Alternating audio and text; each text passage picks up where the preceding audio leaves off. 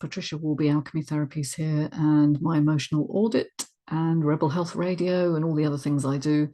And today I wanted to talk about emotional sensitivity in children, because it's really been coming up for me this week, in fact, that a lot of clients are suffering unnecessarily, and then noticing that their children are highly sensitive and that there are some traits that are common to all highly sensitive children that they need to be aware of, and you kind of need to notice in order to support well. But the first thing to note is that not all children are highly sensitive. It is a distinct division. About 1 in 5 children, or 20%, are highly sensitive.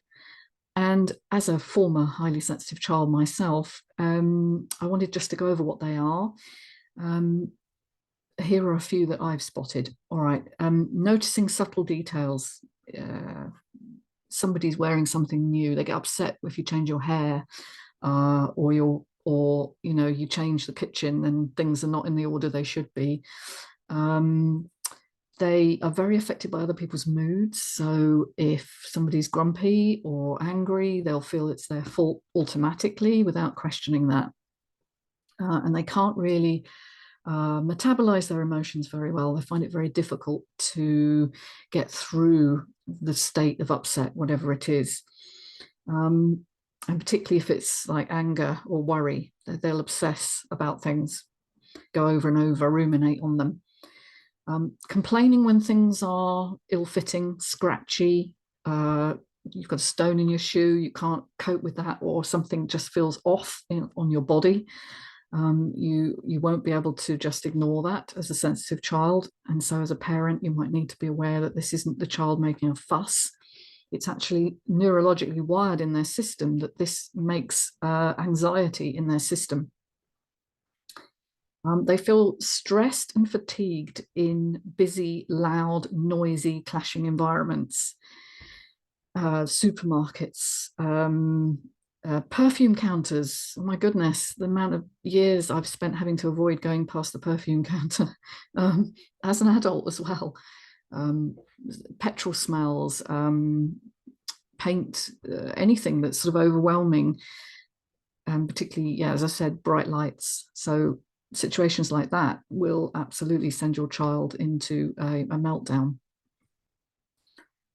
Hate being rushed, feeling pushed to doing something that they're not ready for. Now, obviously, this is a very difficult one, because obviously as a parent, you'll need to sometimes do things that your kids don't agree with. But you just have to be very sensitive to that child's perception and find new ways of encouraging them rather than punishing them.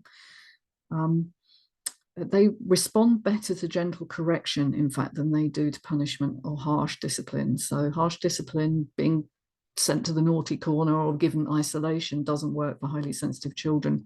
It just embeds shame.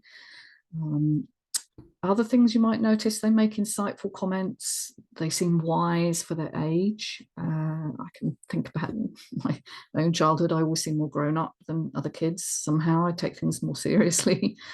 They have a clever sense of humor. Well, that's definitely something, that I used to feel about myself, and I've noticed it with a lot of kids who are highly sensitive as well.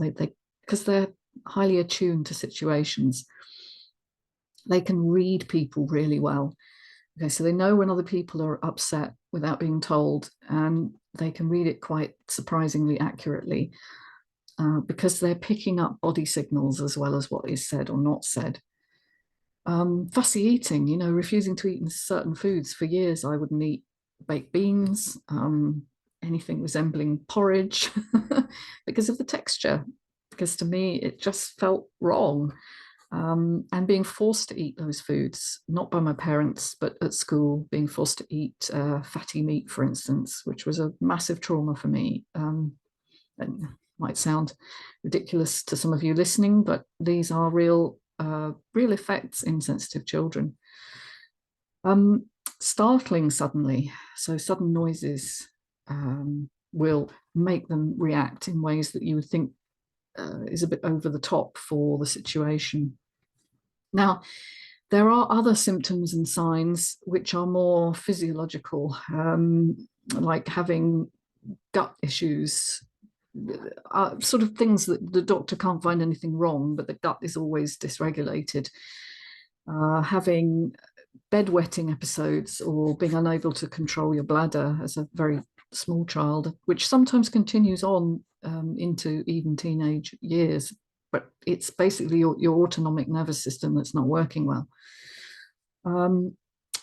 Having difficulties adjusting to change, I mean, that's the big one. So, going from small schools to bigger schools, being a small fish in a big pond, is very difficult for the sensitive child.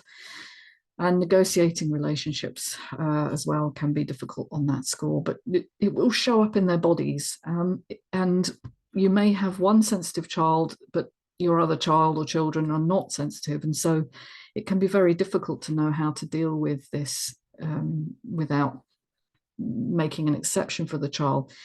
But you just have to treat them a bit more gently and set good expectations ahead of time. Be aware that punishment isn't going to be the best option for managing the behavior. Mirror how to manage one's emotions.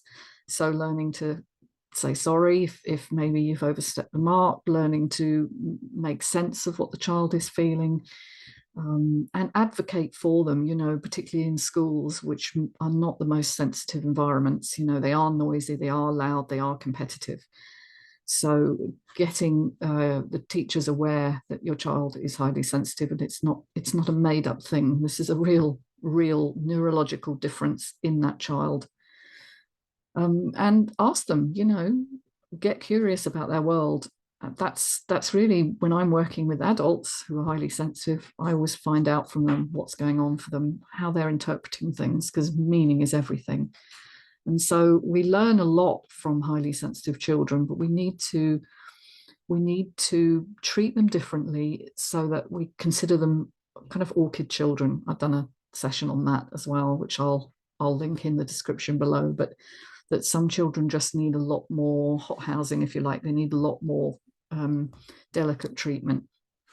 And please don't see it as a problem. It's actually, when treated well, it's one of the most advantageous neurological differences you can have, because it gives them the wonderful characteristic of empathy. And in fact, highly sensitive adults are often called empaths for that reason. And to understand what an empath is that you basically absorb everything. You don't have quite such a good filter on the world. And so you feel other people's feelings, and your boundaries are really fluid, and you don't always know what's yours and what's another person's. And so this can be a good thing or a bad thing, depending on how it's treated. If you understand that they're going to make good people, working, with people is going to be a forte for them, because they're going to be able to already anticipate what that person is feeling before they've even opened their mouth. So we make good therapists, we make good front of house people, people managing.